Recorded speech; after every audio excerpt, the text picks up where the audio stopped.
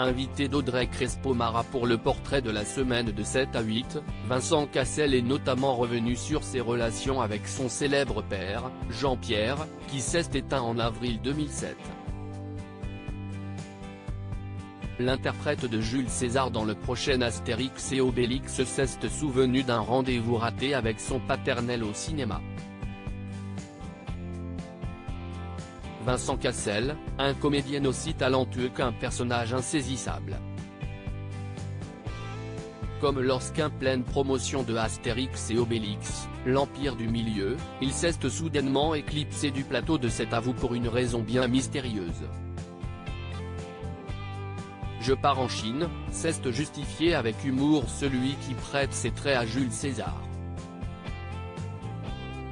De manière générale, le mari de Tina Cooney qui va là où on ne l'attend pas.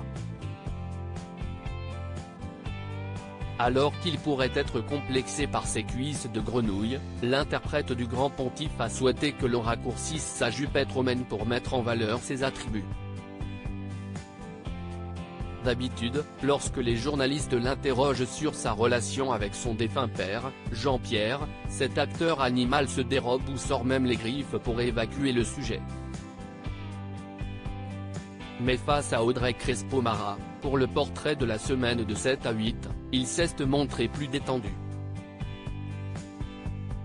Il a ainsi révélé que son paternel avait cessé de le harceler à propos de ses études après avoir assisté à son premier spectacle. Parce qu'il a vu que c'était un choix qui m'était propre. Et qu'en fait, je le faisais non pas pour faire comme lui, mais je le faisais parce que c'était devenu un moyen pour moi de m'exprimer et d'exprimer l'énergie que j'avais en moi, a-t-il souligné. Un rendez-vous manqué sur le film Mesrine pourrait lui rester le regret de ne lui jamais avoir donné la réplique. Mais là aussi, le papa de 3 enfants prend le contre-pied de ce qui pourrait être le rêve de tout fils de comédien. En fait c'était comme ça.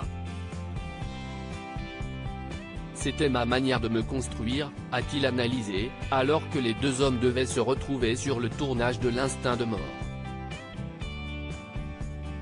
Il se souvient alors d'une phrase terrible que lui a lancée le monstre sacré du cinéma avant de rendre l'âme, vaincu par le crabe. Je savais qu'il n'allait pas faire long feu. Et je lui dis, mais papa, t'es sûr, quand tu vas sortir de là, est-ce que t'as vraiment envie d'aller faire un mec qui meurt dans un hôtel d'un cancer? Il m'avait répondu, ça, au moins, je suis sûr de bien le jouer, a-t-il confié, trahi par ses émotions. Ou quand Jules César a fini par fendre l'armure.